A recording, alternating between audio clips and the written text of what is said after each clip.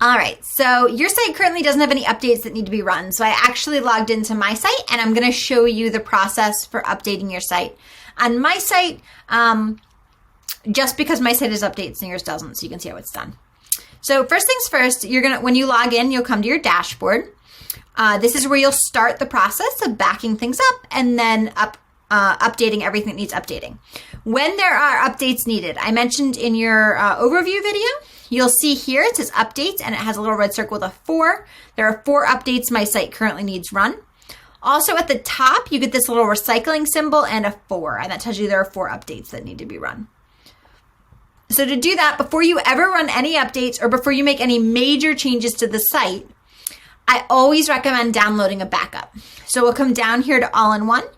And this can be a little bit confusing. We're actually not going to go to backups. We're going to go to export. What backups does is it creates a backup of your website and saves it on your server. You have to pay SiteGround for that storage on your server, so you don't really want to fill that up with lots of extra stuff. Instead, we're going to export it, which will let you download the backed up file to your computer instead. So we're going to go to export. Then we click on export, and we're going to export it to a file. And this will take a little while because what it's doing is scooping out your entire website all the way down to the WordPress install and packaging it up into a file for you. And should anything ever happen to your website, you can always back up to one of these copies of your site. So I have the copy backed up from launch, so the way that it looked when we launched the site, if we ever need to restore to that point. Otherwise, you'll want to kind of I usually recommend keeping the latest 2 versions of your site and doing this roughly every month. So just to kind of at the beginning of the month or at the end of the month, if you send invoices and you want to kind of make it attached to that process, right? Come in here, back up your site, download.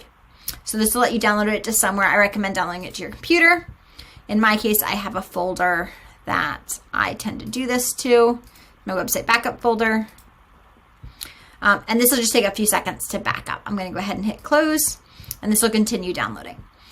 So now if anything was to happen to my site, if I go make updates and then something breaks, which is unlikely but possible, I would come into import,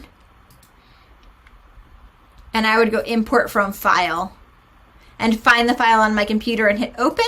And it'll take you through the process of uploading restoring it to that older version of the site. So it'll ask you if you're really sure. You'll say yes, and then it will go ahead and replace the current site with the previous version of the website. Because that's basically what it's doing. It's taking a snapshot of the entire website and creating it as a file. So we're going to give this a couple more seconds, and while I'm waiting for this to finish, I'm going to take you to the next screen. You don't want to actually start the update until it's done that downloading. But you can click around and stuff and it'll continue to download. So I have multiple options for how I get to the update screen. I can either come up here and click on this, or I can come to dashboard and click updates. It doesn't matter. They'll both take me to the same place. So in either case, it'll take me to this screen. Now, occasionally you'll have a WordPress update. Right now you can see the current version is 5.7 and it is on the latest version of WordPress. If it was not, there would be a big button here asking me if I wanted to update my WordPress, and I would go ahead and do that last. So the way that they order these, it's usually your WordPress updates, your theme updates, and your plugin updates. You always want to do your plugins first, your themes second, and any WordPress updates last. The reason for that is the WordPress updates are the biggest updates, is the biggest change to your site. Plugins are the smallest change to your site, and then the theme is the kind of medium changes to your site. So you want to start with the smallest one and then go to the biggest one so that things are least likely to break. All right, so the theme section would look exactly like this. This just happens to be plugins on mine because that's what needs to be updated. You can click here and hit select all, and then you'll hit update. You can see it's done downloading here, so it's safe for me to do that. And it'll take a few seconds. You do not want to close this page while it's updating. If you close this page while it's updating, what it does is it assumes that something went wrong during the updates and it temporarily disables your website. So it usually takes about 15 minutes for it to check internally and realize that it's fine and it can reshare your website, but it does take your website down for about 15 minutes if you close this page.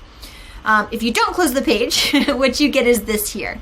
So this says that it enabled maintenance mode. It updated this plugin, this plugin, this plugin, this plugin. They're all successful. You can see they've got little green lines and they all say updated successfully. Once that's done, I can go back to my WordPress updates page. And then if I had theme updates, I would run those. And then if I had a WordPress update, I would run that last. And now I've backed up my website and I've run all of my tech updates, and that's all there is to it. And it should take about 5 minutes, maybe a few more if you're on a less of an internet connection than mine is. But it shouldn't really take you more than 5 or 6 minutes once a month just to back everything up and then run any updates that are available. And I do recommend doing that. If you don't keep things up to date, it is possible that there'll be a security vulnerability at some point, and it's possible for your site to get hacked. So I definitely recommend staying on top of that. Otherwise, you should be in good shape. And I hope you enjoy your new site.